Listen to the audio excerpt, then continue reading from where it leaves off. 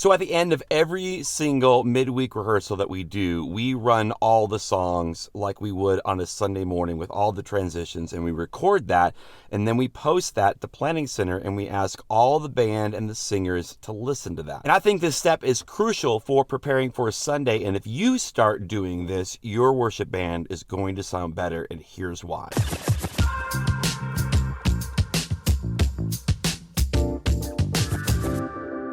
Hey, it's Dave Dolphin at practicalworshipblog.com, sharing ideas, tips, and practical advice for the everyday worship leader. On this channel, we have weekly videos that help you lead a worship band and be a leader of people. So if you haven't already, consider subscribing so you don't miss the next one. So I'm out and about today getting a couple of things done, but in the process, I'm also listening to the midweek rehearsal from a few days ago as we get ready for Sunday. This is kind of an example of what it sounds like. You are the Lord Almighty, now shining all the stars in glory.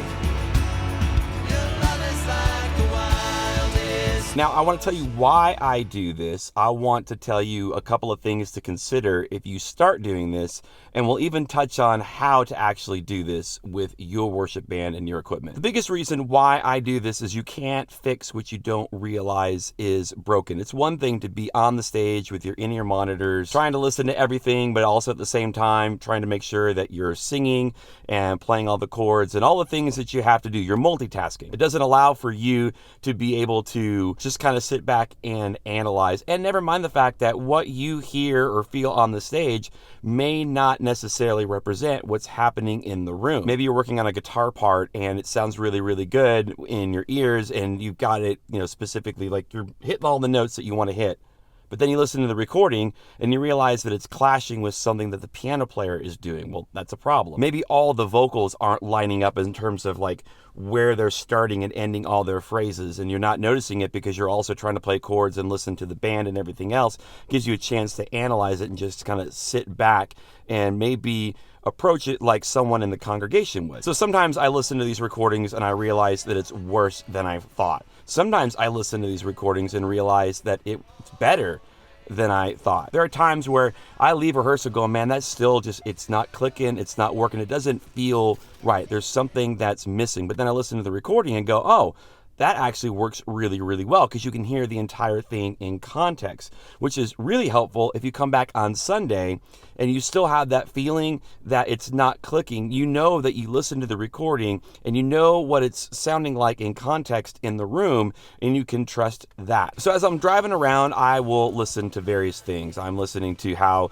the drums and the bass are locking in with one another. I'm listening to vocals, making sure we're saying the right words, our phrasing, we're all kind of singing together. I'm making sure that parts that maybe the electric guitar player is playing is not clashing with the piano player, and vice versa. And overall, does it just feel good musically? And I'll kind of make mental notes of things that I catch. Oh, we need to fix this, or we need to address that. But what I find is interesting is that I'll make those mental notes, but in addition to me listening to the recording, I also ask every single singer and every single musician to listen to it as well. And what I find is that they notice these things on their own, and when they come in on Sunday, not only have they identified the problem, they've fixed the problem. I don't have to say anything. Now, something to keep in mind is that this recording is not going to sound like a record that Hillsong puts out or Bethel puts out. One, a lot of those live recordings actually have an insane amount of overdubs. But you also got to consider too, you're listening to a board mix. The primary reason that this audio was mixed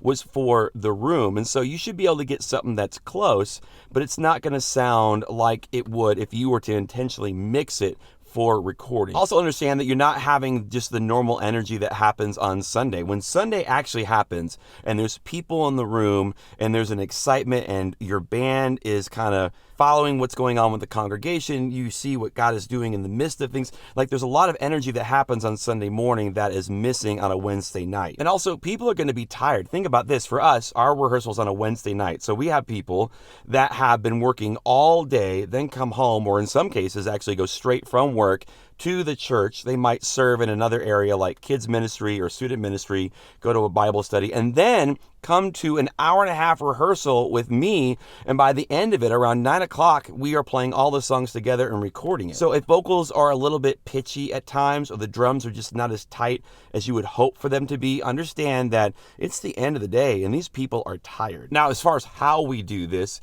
we start with a board mix. We also feed in some audience mics, and there's some things we do with some like bus compressors just to kind of make that recording, that broadcast recording, the best it can be. But this is something you can start next week with just a simple board mix, or I've been known to put a phone in the back of the room and just use Facebook Live and record the final run through that way. Now, that's the microphone on your iPhone and a ton of reverb coming from the room. It's not the best, but it's something, and you'll be amazed just even having something like that. That can be a tool that people can listen to, identify problems, or even just feel, man, that is working. Now that I'm not spending all this energy trying to play all these notes and trying to multitask and also listen and decide if I like it or not, they can just sit back and say, okay, does that work or not?